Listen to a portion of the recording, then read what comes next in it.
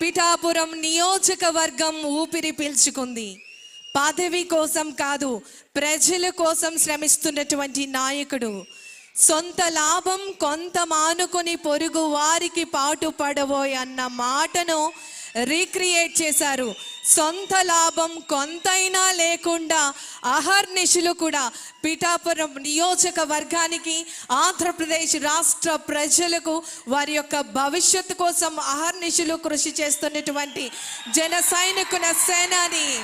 ఆయన blood B positive మాత్రమే కాదు, ఆయన ఆలోచన, ఆశయం అన్నీ కూడా బి పాజిటివ్. ఈనాటి కార్యక్రమ ముఖ్య అతిథి ఆంధ్రప్రదేశ్ రాష్ట్ర గౌరవ ఉప ముఖ్యమంత్రి వర్యులు గౌరవనీయులు కొనిదెల పవన్ కళ్యాణ్ గారి యొక్క ప్రసంగం.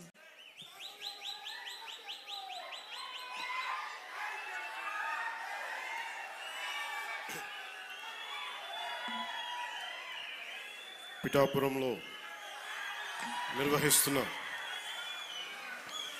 ముందస్తు పీఠికాపుర సంక్రాంతి మహోత్సవాలకి విచ్చేసిన సహచర మంత్రులు, గౌరవ శ్రీ నారాయణ గారికి, మున్సిపల్ పరిపాలన అర్బన్ శాఖ మంత్రివర్యులు, కాకినాడ జిల్లా ఇన్ఛార్జ్ మంత్రివర్యులు శ్రీ పొంగూరు నారాయణ గారికి మనస్ఫూర్తిగా మన పిఠాపురం ప్రజల తరపున మనస్ఫూర్తిగా వారికి ఆహ్వానం పలుకుతున్నాం.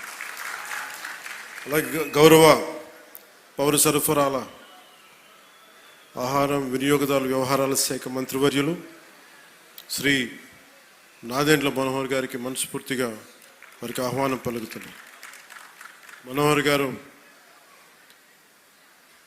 జనసేన పార్టీ కష్టం వచ్చినా, నష్టం వచ్చినా, ఇబ్బందులు పడ్డా ఒక వెన్నుదన్నులాగా నిలబడిన నాయకులేదు. అలాగే రాష్ట్రం ప్రజానికం కష్టాల్లో ఉంటే ఏ సమస్యనైనా సరే ముందుండి నాకు వెన్నంటే ఉండి నాకు ధైర్యం ఇచ్చిన మనోహర్ గారికి మరోమారు మనస్ఫూర్తిగా ఈ వేడుకకి హాజరైనందుకు మనస్ఫూర్తిగా వారికి ధన్యవాదాలు తెలుపుతున్నాను. ఆయన వాగ్దాటితోటి మంత్రముగ్ధుల్ని చేసే గౌరవ పర్యాటక సాంస్కృతిక సినిమాటోగ్రఫీ శాఖ మంత్రివర్యులు కందుల దుర్గేష్ గారికి మనస్ఫూర్తిగా హృదయపూర్వక నమస్కారం.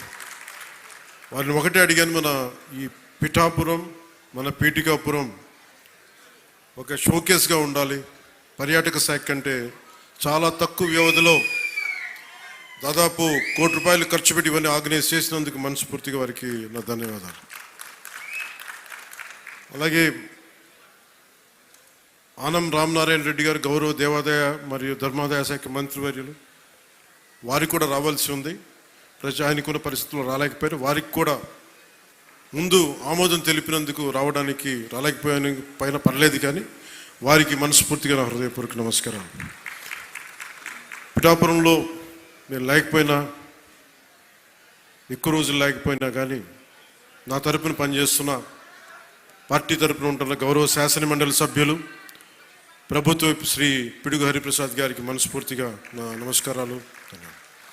జిల్లా ఇన్ఛార్జ్ కలెక్టర్ గారు శ్రీ అపూర్వ భరత్ గారికి, గౌరవ శాసనసభ్యులు కాకినాడ రూరల్ శ్రీ పంతం నానాజీ గారికి, చైర్మన్ ఏపీ రాష్ట్ర policing housing corporation Shiva Srinivas గారికి, మీ అందరికీ కేకేగా తెలిసిన శివ శ్రీనివాస్ గారికి, చైర్మన్ జిల్లా కేంద్ర సహకార బ్యాంక్ శ్రీ తుమ్మల బాబు గారికి,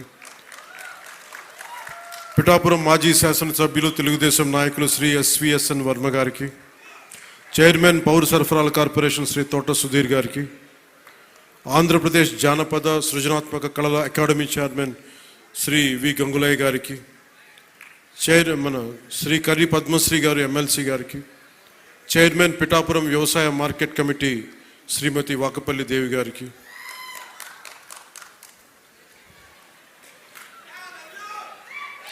chairman Godavari eastern delta project Shri Muralishetti Sunil గారికి, బీజేపీ పిఠాపురం ఇన్ఛార్జ్ బుర్రా మురళీకృష్ణరాజు గారికి. ఆయన ఒకసారి బీజేపీని జనసేన కూడా నాకు అర్థం కాదు, అంత ప్రేమ చూపిస్తారు, అంత నిలబడతారు. సో వారికి నా మనస్ఫూర్తిగా నమస్కారాలు. నేను చాలామందిని ఆహ్వానించాను. చాలామంది గతంలో పిఠాపురంలో మన ఎలక్షన్ సమయంలో జనసేన విజయాన్ని కృషి చేసిన చాలామంది సినిమా ప్రముఖుల్లో చాలామందిని ఆహ్వానించి మొదటి రోజుగా హైపర్ ఆది గారిని, తన మాట బాగుంటుంది కదా, అందరూ కామెడీ హ్యూమర్ అనుకుంటారు, మాట చాలా విట్టు ఉంటుంది. అలాంటి హైపర్ ఆది గారు ఇక్కడ విచ్చేసినందుకు మనస్ఫూర్తిగా వారికి నా హృదయపూర్వక నమస్కారాలు, ధన్యవాదాలు. అలాగే సాగర్ జనసేన ఇన్ఛార్జ్, కరీంనగర్ ఇన్ఛార్జ్, ప్రత్యేకించి వారందరినీ మనకి టీవీ మాధ్యమాల ద్వారా, వారికి సీరియల్స్ ద్వారా వారు ఆర్కే నాయుడుగా మన ఈ మధ్య సినిమా కూడా చేశారు. ఆయన అసలు పేరు సాగర్ అయినప్పటికీ కూడా ఆయన వేసిన క్యారెక్టర్ ఆర్కే నాయుడుగానే ఆయన ప్రసిద్ధి చెందారు. మనస్ఫూర్తిగా వారికి, ప్రత్యేకించి తెలంగాణ నుంచి మీరు మనస్ఫూర్తిగా ఇక్కడికి వచ్చినందుకు నా హృదయపూర్వక ధన్యవాదాలు. తెలంగాణకి ఆంధ్ర ప్రాంత ప్రేమను తీసుకెళ్ళండి. తెలంగాణ సోదరులకి, సోదరీమణులకి మనస్ఫూర్తిగా గోదావరి జిల్లాలోకి వచ్చి మన ఆతిథ్యం స్వీకరించమని మనస్ఫూర్తిగా మీరు తెలియజేయండి. ఏదైనా కూలగొట్టేయడం, చెడగొట్టేయడం చాలా తేలికమ్మా. ఒక పండగ చూస్తామంటే ఏం మాట్లాడాలనుకుంటామంటే, ఓ పిడికిడు గింజలు పండించడం చాలా కష్టమైన పని. అదే పిడికిడికి ఒక చేతికి వచ్చిన పంటని నేల రాసేయడం చాలా తేలిక. ఒక అలయన్స్ని నిర్మించడం చాలా కష్టం. అందరినీ ఏకతాటి పైన తీసుకురావడం చాలా కష్టం. కేంద్ర నాయకత్వం దగ్గర నుంచి రాష్ట్ర నాయకత్వం ఎంత కష్టపడి పట్టుకెళ్తుంటే దాన్ని చెడగొట్టడం చాలా తేలిక, చాలా తేలిక. సంక్రాంతి మనం చెప్తుంది ఏంటంటే, ఒక చేతికి ఒక కష్టపడి సంవత్సరం, ఒక 6 నెలలు కష్టపడి, 4 నెలలు కష్టపడి పంట చేతికి వస్తే ఆనందం తాలూకు నిదర్శనమే సంక్రాంతి పండగ. మనకి ధాన్యం వచ్చింది, ధాన్యం అమ్మగా డబ్బులు వచ్చినాయి. ఈ రోజున మన హరిదాసులు కానీ, ఇంతమంది జానపద కళాకారులకు కానీ మనం ఎందుకు ఇస్తాము ఇవన్నీ అంటే, మా దగ్గర అబండెన్స్ ఉంది, మాకు ఒక 10 బస్తాలు పంట ఉంటే మేము 2 బస్తాలు పంచుతామని చెప్పడానికి. అది సంక్రాంతి తాలూకు నిదర్శనం. అంటే అలాగా మీరు ఇందాక మంత్రివర్యులు నారాయణ గారు చెప్తా ఉన్నారు, ఇంకా ప్రపంచంలో ఏ నియోజకవర్గం ఇంకెక్కడా రాదు అని, ఏది జరుగు ఇక్కడ కొబ్బరాకు పడ్డా కానీ పిఠాపురంలో చాలా దారుణం జరిగిపోయింది. ఒక తాటాకు, అక్కడ ఉన్న తాటాకు ఊడి పడిపోతే అమ్మా చాలా దారుణం జరిగిపోయింది. మరి గత ప్రభుత్వ నాయకులను అడగండి, వాళ్ళ నియోజకవర్గం అసలు న్యూస్ ఉంటుందా, ఏం జరుగుతుందో కూడా తెలియదు మీకు. పిఠాపురంలో చిన్న చెట్టు మీద వాళ్ళున్న పక్షి ఈక పడినా కానీ అయ్యా బాబోయ్ పక్షి పడి. అంటే ఇది ఎవరిస్తున్నారు మీకు? బలం ఎవరిస్తున్నారు? మీరిస్తున్నారు. చెడు వార్తలకి మీరిస్తున్నారు బలం. ఒకటి మనల్ని తిడుతుంటే మీరు దాన్ని వైరల్ చేస్తే మీరు బలం ఇస్తున్నారు. ఒకటి చెడగొడుతుంటే వచ్చి మీరు ఎదురు ప్రశ్నించకపోతే మీరు బలహీనలు అయిపోతారు.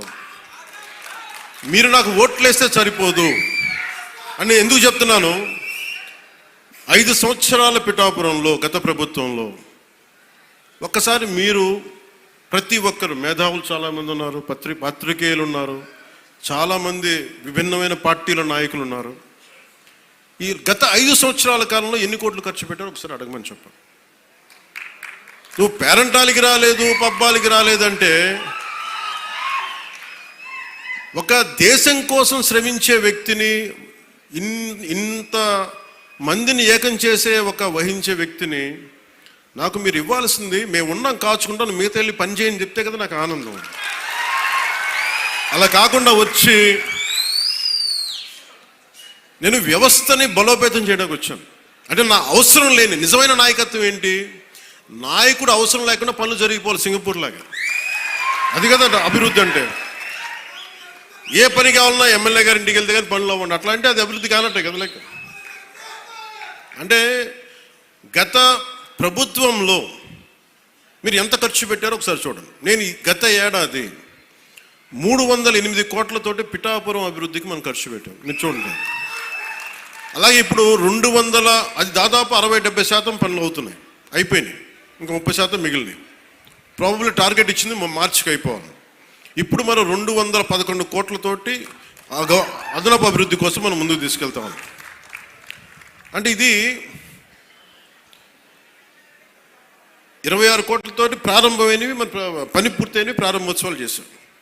మీరు అడగాల్సింది గత ప్రభుత్వ నాయకులను వచ్చి, వాళ్ళు వారి పాలనలో ఏం చేశారని అడగాలి. వాళ్ళు తిమ్మేశారు అని చెప్పి నేను ఏం చెప్పాను, నా దగ్గర ఛానల్స్ లేవు. నేను లాస్ట్ టైం చెప్పాను, ఎలక్షన్ టైంలో 2016-17 టైం నుంచి మొన్న దాకా ఏం చెప్పాను, నాకు ఛానల్స్ లేవు. మీరే నా గళం, నా జన సైనికులకి, మా వీర మహిళలకి చెప్పాను. మీరే నా బలం. నాయకులకు ఒకసారి ఇష్టపడి రావచ్చు, ఒకసారి ఇష్టపడి వెళ్ళిపోవచ్చు, కానీ నా గుండెల్లో ఉన్నది మీరు నిరంతరంగా నాది ఉంటారు, నాకు తెలుసు. నాకు ఇది మీరు బయట నుంచి వచ్చి దేనికి పడినా సరే, ఒక స్కూల్లో 2 చిన్నపిల్లలు కొట్టుకున్నా దాన్ని మీరు గొడవ చేసేద్దాం అనుకుంటే నేను ఏం చెప్పను దానికి. మీరు అక్కడ పులివెందులు అక్కడ వాళ్ళ సొంత బాబాయ్ గారిని చంపినా కానీ అది న్యూస్ కాదు. ఇక్కడ ఇద్దరు బిడ్డలు ఉట్టినే కొట్టుకుంటాం, స్కూల్లో కొట్టుకోరా. నాయకులే కొట్టుకుంటున్నప్పుడు స్కూల్లో చిన్నపిల్లలు ఎందుకు మాట గారు? పెద్ద స్థాయి ఆలోచన పరిధుల నాయకులే మాట అనుకున్నప్పుడు చిన్నపిల్ల ఏదో అనుకుంటాం, దాని కులాలు పట్టుకొచ్చేస్తాం. మరి ఇదే మీరు అడగాల్సిన ప్రశ్న. మన జనసేన నాయకులు కూడా చెప్తున్నా, కూటమి నాయకులు కూడా చెప్తున్నా,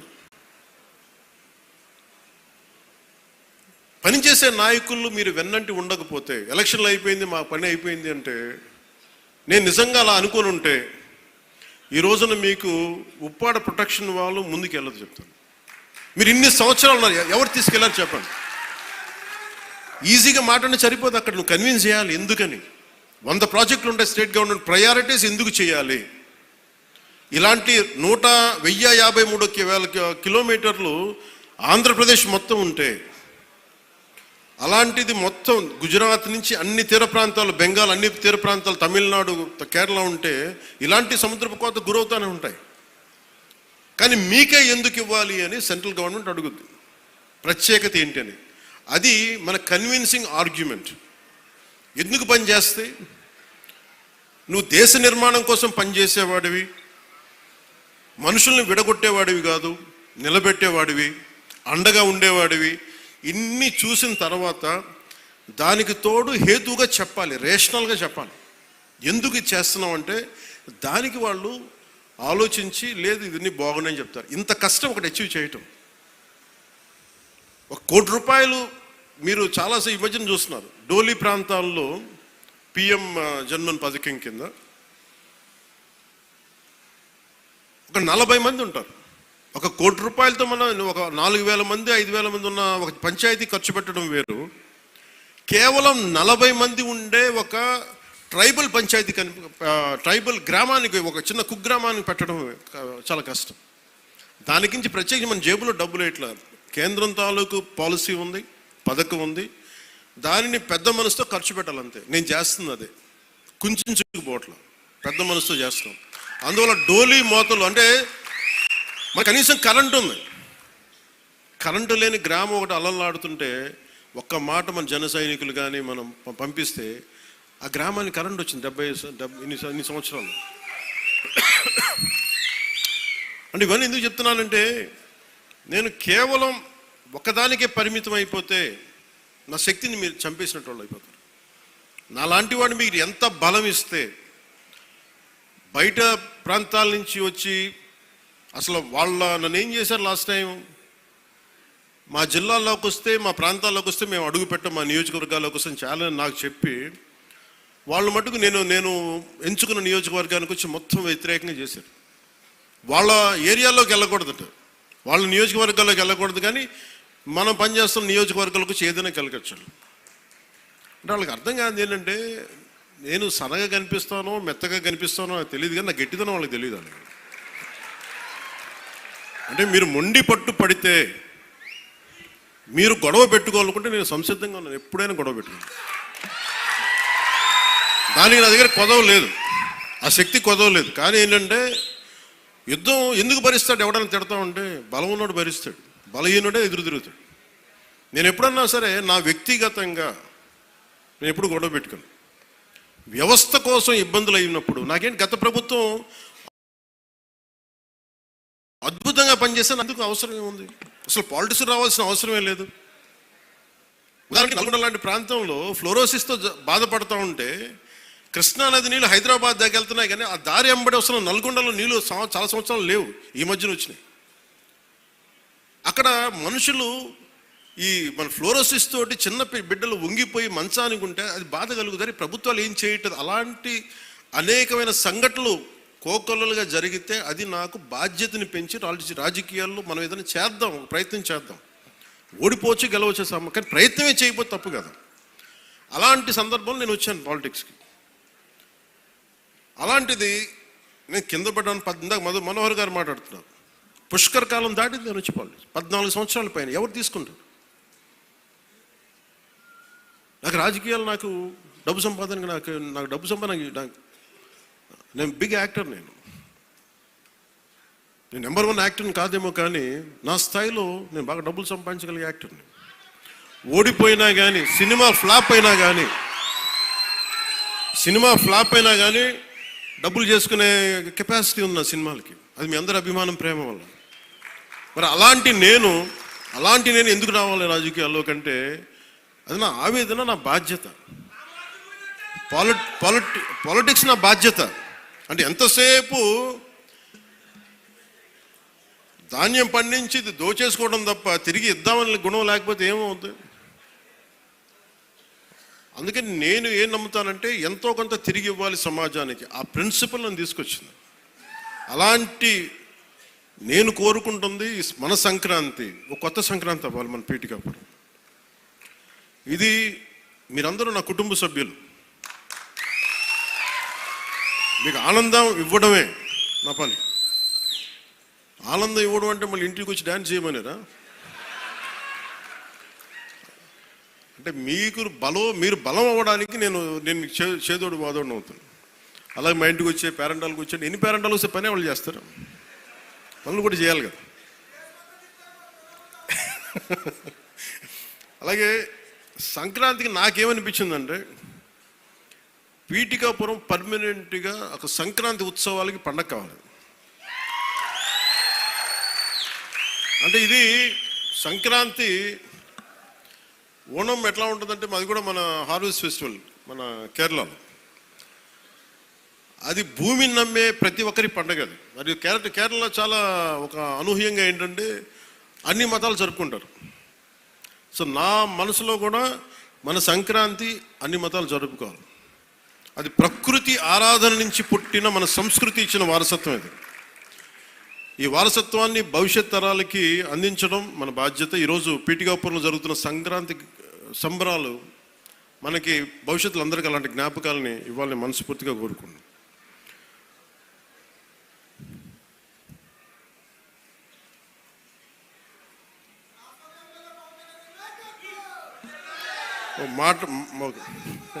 అలాగే సంక్రాంతి అనగానే నేను మెయిన్గా ఎందుకు చాలా నాకు అనిపించిందంటే, గోదావరి జిల్లాలండి, కోడిపందాలండి, జోదాలండి, సంక్రాంతి తాలూకు అంటే సంక్రాంతి అంటే కోడిపందాలు, జోదాలు, పేకాట. ఓకే, నేను సరదా అదేం కాదంటలేదు, చేసేవాళ్ళని చేసుకోమని చెప్పి నాకు ఇబ్బంది లేదు. కానీ అంటే నేను తెలంగాణ స్నేహితులు కూడా చెప్తా ఉంటాను. హైదరాబాద్ నేను ఇంట్లో ఉంటే, నేను హైదరాబాద్లో ఉంటే ఇప్పుడు 10 years బ్యాక్ మేము ఎక్కడికి వెళ్తా అంటే మేము భీమవరం వెళ్ళిపోతా ఉండే, లేదంటే మేము తూర్పుగోదావరి వెళ్ళిపోతాం. దేనికి అంటే మేము అక్కడ ఈ కోడి పందాలకి ఎంత డబ్బులు వేస్తారన్న తెలియదు కూడా తెలియదు నాకు. అప్పుడు అర్థమైంది. అంటే నేను అనేది సంక్రాంతి అంటే కేవలం కోడి పందాలు, పేకాట, జూదం దగ్గరికి పరిమితం అయిపోతే రాంగ్ ఇండికేషన్ వెళ్తుంది సొసైటీకి. ఇంకెక్కడ వెళ్ళాం మనం. అది మార్పు రావాలి అంటే, ఎందుకంటే మన సంస్కృతిని మనల్ని దేనికైతే అసలు మూలం ఎట్లా ప్రారంభం అది మర్చిపోయాం అనుకోండి, మర్చిపోతే అది దారి తప్పేస్తాం.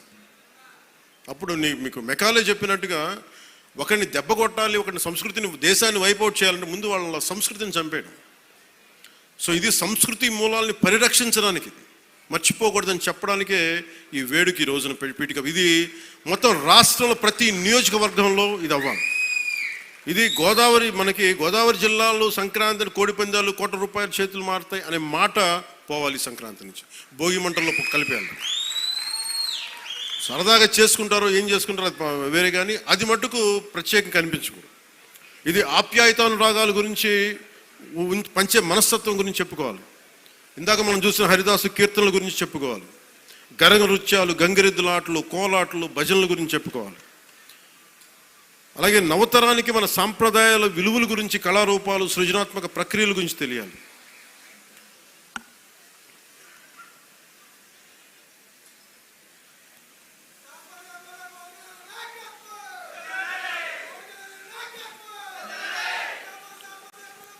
సో నా ఉద్దేశంలో మనందరం ఈ సంక్రాంతి నుంచి మీరు నాకు మన పిఠాపురం, మన పీఠికాపురంలో నా గెలుపు మీరు ఇచ్చినందుకు మనస్ఫూర్తిగా సంక్రాంతి మనస్ఫూర్తిగా నా గుండె కవటాలలో నుంచి మీ ధన్యవాదాలు తెలియజేస్తాను. కాదు ఇప్పుడు నేను కోరుకుంటుంది బ్రిడ్జ్ ఇబ్బంది, అక్కడ ట్రైన్ వెళ్తా ఉంది, ఓవర్ బ్రిడ్జ్ కావాలన్నా దాని గురించి కూడా మాట్లాడుతున్నాం.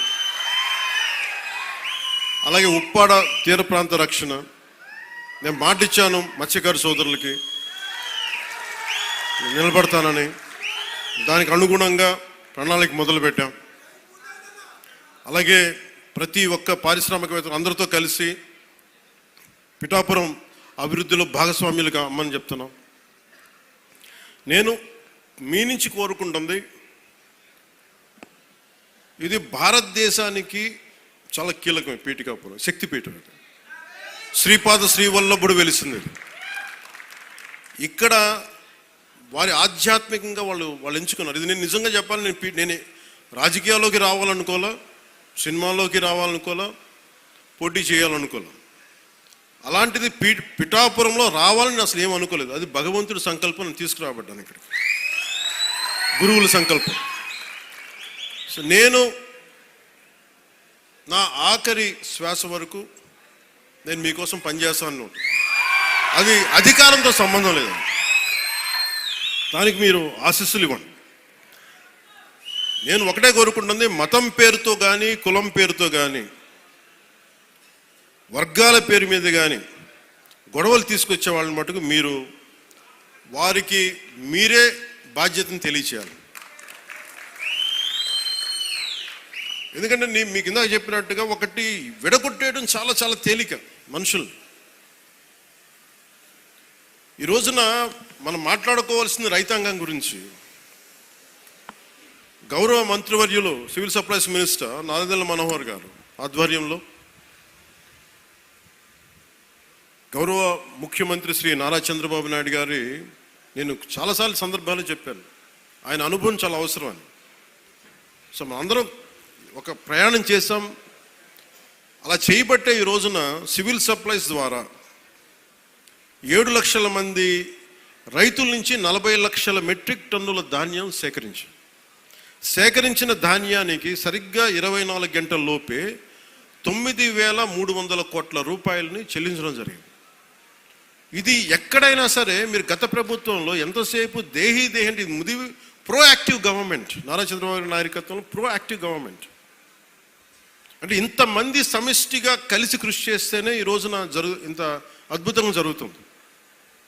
మీరు గత ప్రభుత్వాన్ని గురించి వాళ్ళు ఏం చేసినా సరే వాళ్ళు తెలిసింది ఒకటే, బూతులు తిట్టడం, ఇందాక నారాయణ గారు చెప్పినట్టు కేసులు పెట్టడం, ప్రజలకి మనశ్శాంతి లేకుండా చేయడం.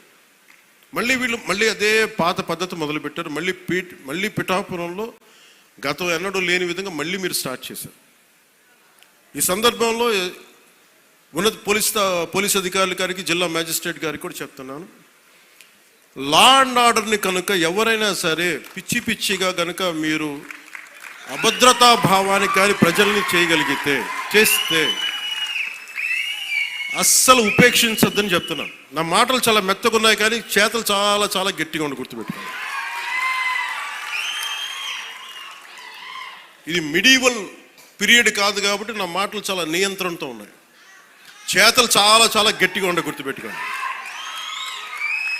అందుకని మీరు రాజకీయ పరంగా ఏదైనా చేద్దామంటే సంతోషం, అది మీరు ఒక విమర్శ చేయండి, ఇక్కడ అభివృద్ధి బాగలేదు, ఇంకోటి బాగలేదు. కానీ మీరు కులాల మధ్య, మతాల మధ్య గొడవ పెట్టేద్దాం అనుకుంటే వాటిని మెరుగు నేను వ్యక్తిగతంగా చాలా పర్సనల్గా తీసుకుంటాను. ఎందుకంటే I believe firmly in the foundations of our constitution.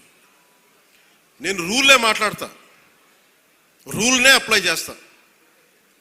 అది దయచేసి ఉన్నతాధికారులందరూ, అది మీరు కలెక్టర్ గారు కావచ్చు, ఎస్పీ గారు కావచ్చు, మీరు ప్లీజ్ అది మీరు చాలా ఫర్మ్గా అప్లై చేయండి.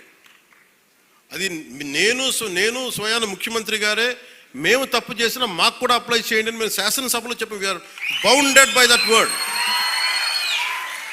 అందుకని ఎవ్వరు కూడా వ్యవస్థకు అతీతులు కాదు, నాతో సహా. అందుకని దాని దృష్టిలో మేము వ్యవస్థకు లోబడి ఉంటాం, మేము వ్యవస్థకు లోబడి రెచ్చగొడతామంటే దానిని ఎలా హ్యాండిల్ చేయాలో, ఎందుకంటే అక్కడ దాకా దృష్టి పెట్టలే, చాలా సంయమనంతో ఉన్నాను నేను. మీరు పిఠాపురంకు వచ్చి గొడవలు పెడతామంటే నేను ఇక్కడ కూర్చొని మొత్తం ఏరేస్తాను, అందరిని గుర్తుపెట్టుకోండి.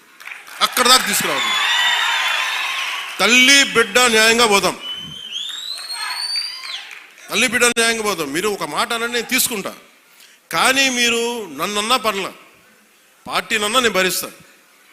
కానీ ప్రజల మధ్య వైషమ్యాలని కనుక మీరు చేస్తే దాని పర్యవసానాలు చాలా తీవ్రంగా ఉంటాయి, గుర్తుపెట్టుకోండి. ఎందుకంటే నాకు ఓటమి భయం లేదు, ఇది చాలా చాలా అర్థం చేసుకోవాలి అందరూ. నాకు ముందుకెళ్ళే ఆలోచనే తప్ప ఓటమి భయం లేదు. ఎందుకంటే నేను నిలబడతాను, నాకు తప్పు అని నేను ఒక వాస్తవంలో బతుకుతాను. ఈరోజు పదవులు ఉండొచ్చు, పదవులు పోవచ్చు, వీటి మీద నేను ఆలోచించుకొని చేయను. ఈ రోజున ఇన్ని వేల కోట్లు, ఇందాక మనోహర్ గారు చెప్పినట్టుగా మీకు పెన్షన్స్ ఇచ్చినా కానీ దాదాపు 24 గంటల్లో ఒక 9,000 కోట్లు పైచిల్లుకు డబ్బులు పంచినా కానీ ఇదంతా కలెక్టివ్ అందరం కూర్చొని చేసింది.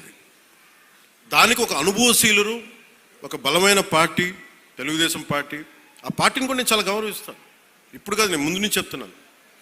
అలా నేను జనసేన బలహీనం అని చెప్పట్లా, జనసేన చాలకు బలం.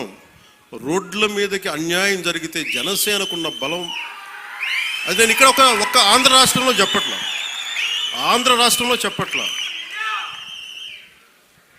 నా సిద్ధాంతాలని, జనసేన సిద్ధాంతాలు నమ్మేవాళ్ళు ఊరికి 10 మంది ఉన్నా వాళ్ళు 1000 మందితో గొడవ పెట్టుకుంటారు. అది జనసేన. ఈరోజు కూర్చోబెట్టి నా మీద అందరూ మాట్లాడేస్తూ ఉంటాను, ఏం చేసావు అది ఇది మాట్లాడుతూ ఉంటే, మరి 2019లో అన్ని కేసులు పెడుతున్నాం, వాళ్ళందరూ ఏమైపోయారు? అప్పుడు గొంతు పెగలలేదు. అప్పుడు ఏమైపోయింది? ఆ రోజు అంటే మీరు కేసులు పెడతారని మన నారాయణ గారు చెప్తున్నారు కదా. అందుకని ఇవన్నీ దృష్టిలో పెట్టుకొని మీరు ఈ అలయన్స్ని దయచేసి ఎవరు కూడా, జనసేన నాయకులు కావచ్చు, కూటమి నాయకులు ఎవరైనా కావచ్చు, దీన్ని దయచేసి బలహీనం చేయకండి. ఎందుకంటే నాకు చంద్రబాబు నాయుడు గారికి చాలా అపారమైన అవగాహన ఉంది మన ప్రజలను ఎలా కాపాడాలని. మా ఇద్దరి మధ్య అసలు అలాంటి అరమరికలు కానీ విభేదాలు కానీ లేవు. ఇండివిజువల్గా ఒకసారి మాట్లాడచ్చు, కానీ కొన్ని చోట్ల 2 పక్షాల నాయకులు కావచ్చు, ఇది ఎక్కువ కాలం నిలబడదు. నేను చెప్తున్నాను కదా, ఎందుకంటే స్టెబిలిటీ ఇవ్వాల్సిన బాధ్యత మా మీద ఉంది. అందుకని మేము దాన్ని తీసుకున్నాం. అలాగే పెన్షన్స్ ఉన్నాయి. ఎన్టీఆర్ భరోసా పెన్షన్ కింద ప్రభుత్వం 63,50,000 మంది పెన్షన్దారులకి ఆర్థిక భద్రతను అందిస్తుంది. ప్రతి నెల దాదాపు 2,750 కోట్ల పెన్షన్, సామాజిక పెన్షన్ పంపిణీ చేస్తుంది. ప్రతి నెల 1వ తారీఖున బెనిఫాక్టర్స్, లబ్ధిదారులకి నిరంతరంగా అందజేస్తుంది. దానికి డ్రామాలు చేయట్లా. మేము ఆ వ్యవస్థను పెట్టాం, ఈ వ్యవస్థను డైరెక్ట్గా అసలు గోల్ చేయకుండా డైరెక్ట్గా ప్రభుత్వ అధికారులు వచ్చి ఇంటికి వచ్చి తలుపు తట్టి ఇస్తున్నారు. అంటే గత వాళ్ళు ఏం చేస్తున్నారంటే ఇవి చేసిన విధానం కాదు అది. అలాగే చేనేత కార్మికులకి ఉచిత విద్యుత్ ఇవ్వడం జరుగుతుంది. మరమగ్గాలకి నెలకి 500 యూనిట్లు, మగ్గాలకి 200 యూనిట్ల వరకు ఉచితంగా. తల్లికి వందనం ద్వారా 62,27,000 మంది విద్యార్థులకి 10,000 కోట్ల రూపాయలు సాయం చేశారు. వాళ్ళు కొన్ని వేల కోట్లు దోచేసుకుంటా ఉంటే 23,000 కోట్లు 25,000 కోట్లు మద్యం, కల్తీ మద్యం అందజేసి దోచుకుంటే మనం అన్నీ ఆపి వాళ్ళ దోపిడీని ఆపి ఇక్కడ 10,000 కోట్ల రూపాయలు తల్లికి వందనం పథకానికి ఇస్తా ఉన్నాం. అన్నా క్యాంటీన్లో కనీసం మన డొక్కా సీతంలాగా మనకు అన్నం పెట్టే క్యాంటీన్లు అవి కూడా తీసేశారు. తిరిగి అవి నారాయణ గారి ముందుండి, గౌరవ ముఖ్యమంత్రి గారు చెప్తే నారాయణ గారు ముందుండి ఆయన ఒక సిస్టమిక్గా being an mathematics professor with precision, mathematical precision ఉంటుంది. అలాగే ఆయన ఒకటి అనుకుంటే గోళ్ళు ఆయన చాలా బాగా చేస్తారు, కానీ ఆయన అనుకోవాలి బలంగా. సో అలాంటి ఆయన ఒక ఆదేశం ముఖ్యమంత్రి గారు ఇస్తే 204 అన్నా క్యాంటీన్లని చాలా సమర్థవంతంగా ఇప్పుడు దాకా 4 కోట్ల భోజనాలని అందించడం జరిగింది. అలాగే ఆటో డ్రైవర్స్కి ఏడాదికి 15,000 చొప్పున 436 కోట్ల రూపాయలు అందించడం జరిగింది. దాదాపు 2,90,000 మంది లబ్ధి పొందారు.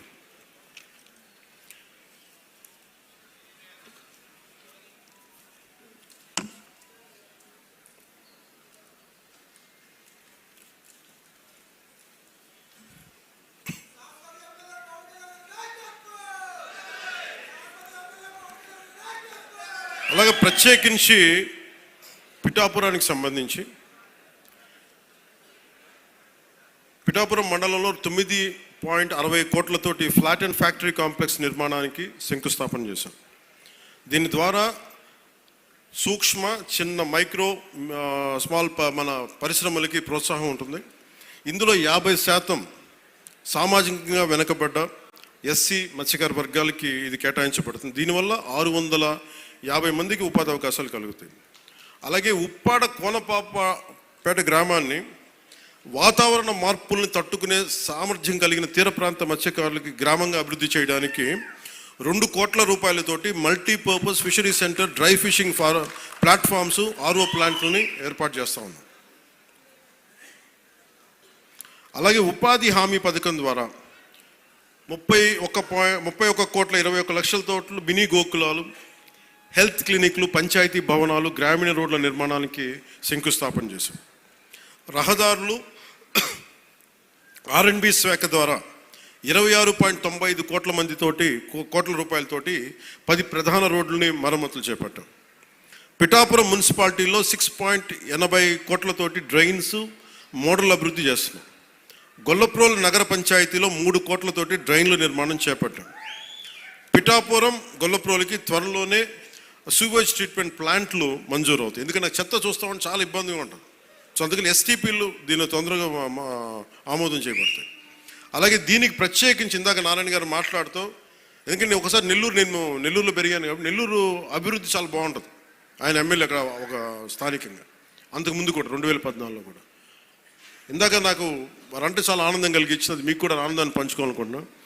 నేను నెల్లూరుని ఎలాగ అభివృద్ధి నేను నా హయాంలో చేశామో, పిఠాపురం, గొల్లప్రోలు ఈ మండలాలని ఈ మున్సిపాలిటీలని అంత సమర్థవంతంగా అభివృద్ధి చేసే బాధ్యత నేను తీసుకుంటాను. ఒకసారి మీరున్నా లేకపోయినా నా బాధ్యత నేను చేస్తాను అని చెప్తున్న మనస్ఫూర్తిగా వారికి, మన పిఠాపురం నియోజకవర్గ ప్రజల తరపున వారందరికీ మనస్ఫూర్తిగా, నారాయణ గారికి మనస్ఫూర్తిగా ధన్యవాదాలు.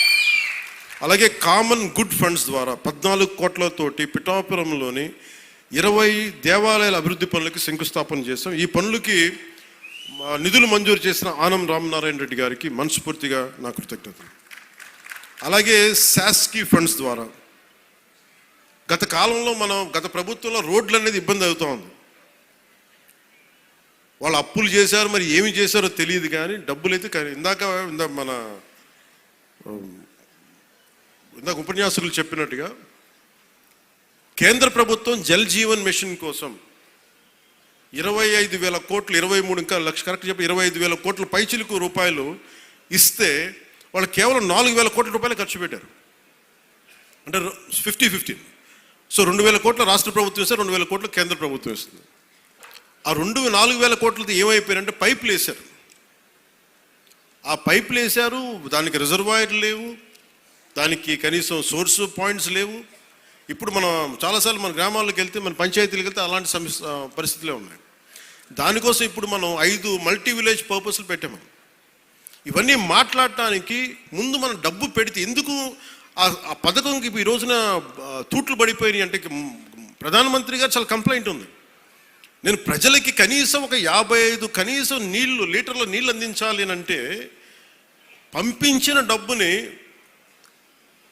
రాజకీయ వ్యవస్థ తినేసి మనకి కాంట్రాక్టులు తినేస్తే ప్రజలకి ఏం చేస్తామన్న ఒక బాధ, ఆవేదన ఉంది. సో వారికి మేము వెళ్ళి కన్విన్స్ చేసి ఇంత కావాలి అంటే తిరిగి మన చెప్పిన విధానమో లేదంటే మన కమిట్మెంటో నారా చంద్రబాబు నాయుడు గారి అనుభవం అన్నీ కలిపి మీ అందరి కృషి మనస్ఫూర్తిగా మళ్ళీ ఒక దాదాపు 24,000 కోట్ల రూపాయలు మంజూరు చేశారు ఈరోజు. దానివల్ల మనం ఈ మల్టీ విలేజ్ పర్పస్ మన ఈ స్కీమ్స్ రన్ చేయగలుగుతున్నాం. అంటే పట్టణాల్లో కానీ గ్రామాల్లో కానీ మన మౌలిక వసతులు మెరుగుపరచాలని అభివృద్ధితోని ఈ పనులు చేస్తూ ఉన్నాం. అలాగే పిఠాపురం మున్సిపాలిటీలో గత 6 నెలల్లో 4 కోట్లతో పూర్తయిన అభివృద్ధి పనులని, అలాగే గొల్లప్రోలు నగర పంచాయతీలు 80 లక్షలతో పూర్తయిన పనులని ఈ రోజున మనం ప్రారంభించాం. గ్రామీణ ప్రాంతాల రోడ్ల పరిస్థితి మెరుగుపడాలనే ఉద్దేశంతో ఉపాధి హామీ పథకం ద్వారా 12.45 కోట్ల రూపాయలతో 41 గ్రామీణ రోడ్లని ప్రారంభించాం.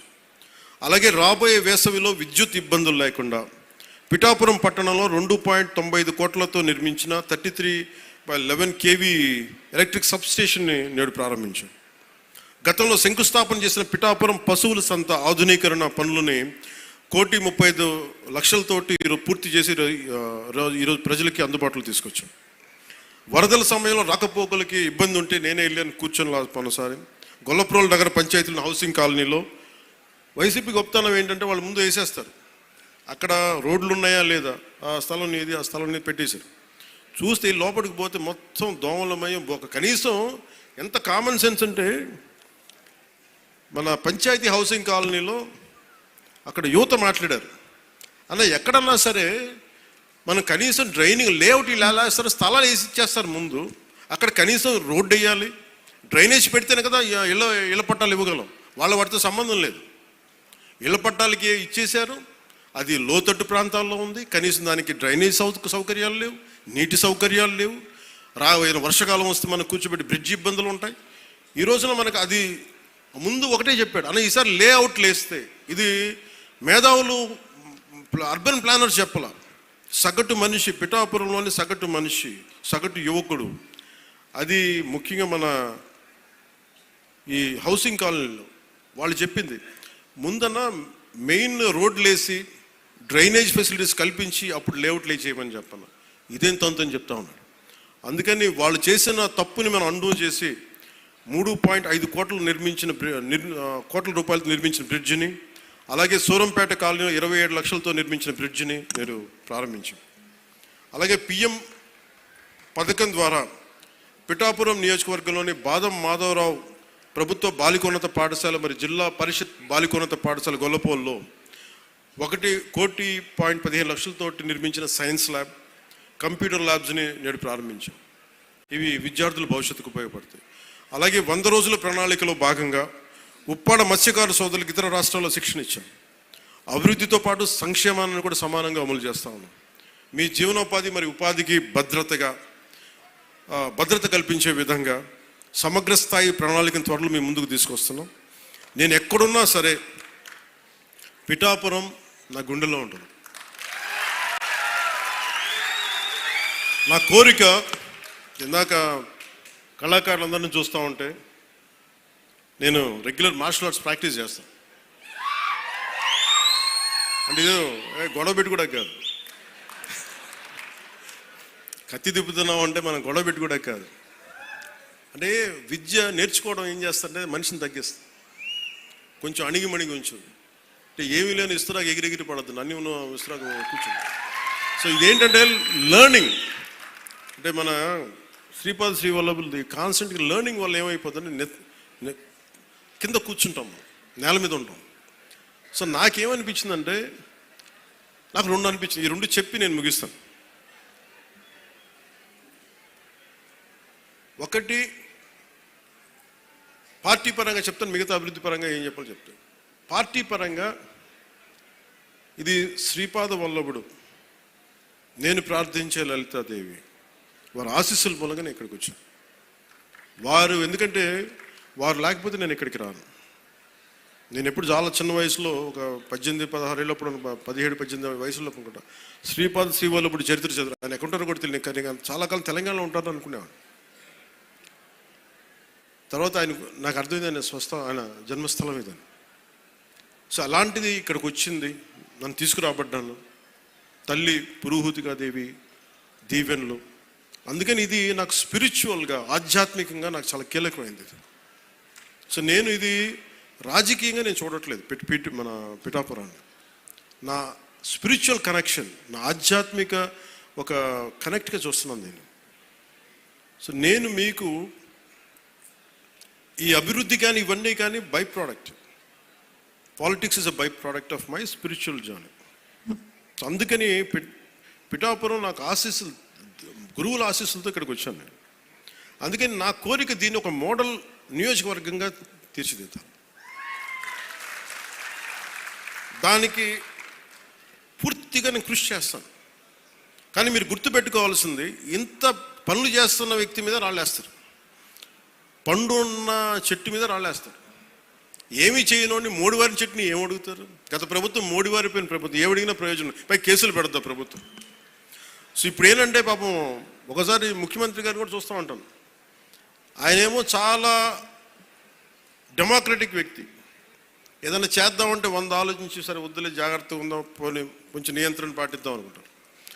ఒకసారి నాకేమనిపిస్తుంటే, ఒకసారి గట్టిగా ఉండాల్సిన అవసరం అనిపిస్తుంది. అని మరీ మెత్తదనం కూర్చోబెట్టి మరీ ప్రజాస్వామ్యం అంటే వాళ్ళు నెత్తి మీద ఎక్కి డ్యాన్స్ చేస్తున్నారు. గత ప్రభుత్వం అలవాట్లు అయిపోయి వాళ్ళకి. కానీ ఈసారి అంటే మీరు ఆలోచించండి, నా మాటల్ని మీరు విని మీరు అనలైజ్ చేయండి. నేను మిమ్మల్ని రెచ్చగొట్టడానికో లేదంటే కూర్చోబెట్టి మా గొడవ పెట్టుకోమని చెప్పడానికి మా రాలా. అసలు ఇంత పని చేస్తున్న వాళ్ళ మీద మీరు రాళ్ళేస్తున్న రేపు పొద్దున మీరు అండగా నిలబడకపోతే మళ్ళీ నియంత్రణతో పోకడలే వస్తాయి మళ్ళీ మీకు. అది చాలా జాగ్రత్తగా ఉన్నాను. నాకు ఆ భయాలు లేవు. ఎందుకంటే నా జోలికి వస్తే అధికారం ఉన్నా లేకపోతే ఒకటేలా రియాక్ట్ అవుతాను. నాకు ఆ భయాలు లేవు. నేను అన్ని తెగించే కూర్చుంటాను. సో నాకు ఆ భయాలు లేవు. సో నాకు ఏముందంటే, పిఠాపురం దేశానికి మోడల్ అని ఎందుకని అంటున్నానంటే, ఇది రోడ్డు లేని గ్రామం ఉండకూడదు, ఈ గుంతలు ముంపు ఉండకుండా ఏం చేయాలి, దీని మీద ఆలోచన చేస్తూ ఉన్నాం. నా లక్ష్యం అదే. పిఠాపురం ప్రజలంతా మీరు దీవెనిచ్చారు, ఆ దేశానికి కూడా బలమైంది నన్ను గెలిపించి. అలాగే పిఠాపురం ప్రజలంతా మీరు పాడి పంటలతో, పిల్లా పాపలతో, సుఖశాంతులతో ఉండాలని మనస్ఫూర్తిగా మీ అందరిని కోరుకున్నాను. సో నేను ప్రత్యేకించి పార్టీ పరంగా, పార్టీ మార్చి 14న ఎక్కడ పెట్టాలి చాలా ఉంటే మేమందరం ఒకటే నిర్ణయించుకున్నాం. మార్చి 14 సభ ఎప్పుడు దీని కేంద్ర స్థానం పిఠాపురంలోనే జరుగుతుంది.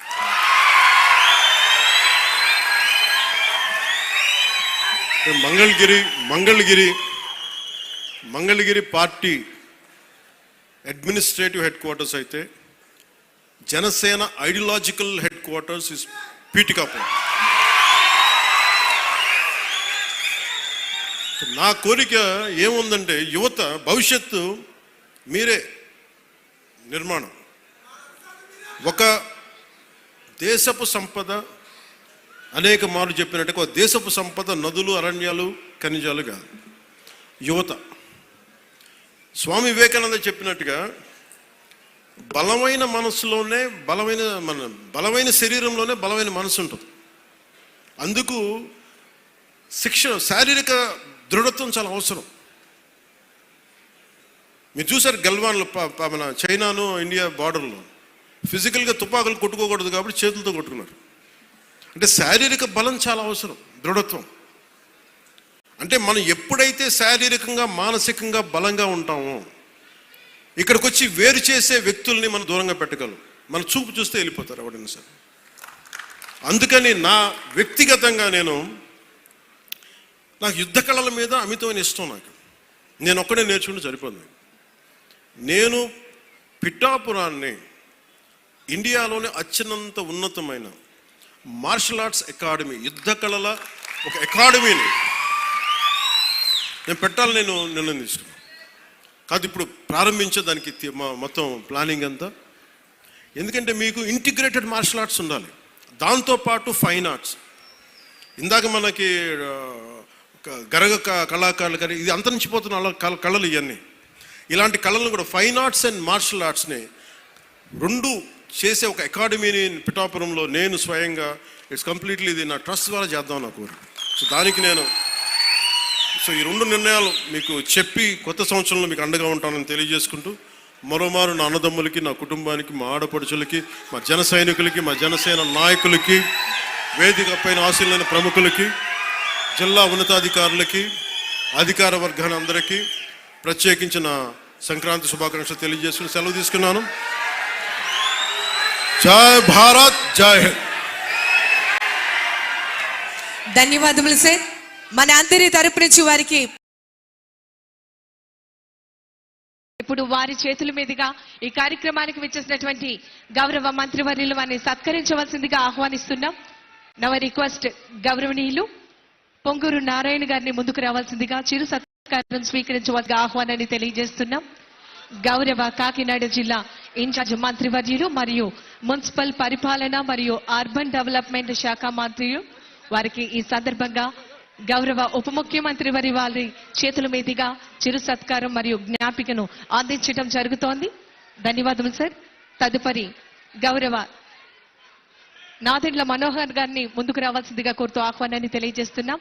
గౌరవ రాష్ట్ర ఆహార, పౌర సరఫరాలు మరియు వినియోగదారుల యొక్క వ్యవహారాల శాఖ మంత్రివర్యులు గౌరవనీయులు నాదెండ్ల మనోహర్ గారికి మన ఉప ముఖ్యమంత్రి వర్యులు వారి చేతుల మీదుగా చిరు సత్కారం. తదుపరి గౌరవనీయులు కందుల దుర్గేష్ గారిని ముందుకు రావాల్సిందిగా కోరుతూ ఆహ్వానాన్ని తెలియజేస్తున్నాం. గౌరవ మంత్రివర్యులు పర్యాటక, సాంస్కృతిక మరియు సినిమాటోగ్రఫీ గౌరవ మంత్రివర్యులు గౌరవనీయులు కందుల దుర్గేష్ గారికి ఈ సందర్భంగా ప్రత్యేకమైనటువంటి ధన్యవాదాలు తెలియజేస్తున్నాం. ఈనాటి కార్యక్రమానికి విచ్చేసినటువంటి హైపర్ ఆది గారిని ముందుకు రావాల్సిందిగా కోరుతూ ఆహ్వానాన్ని తెలియజేస్తున్నాం. So please come forward.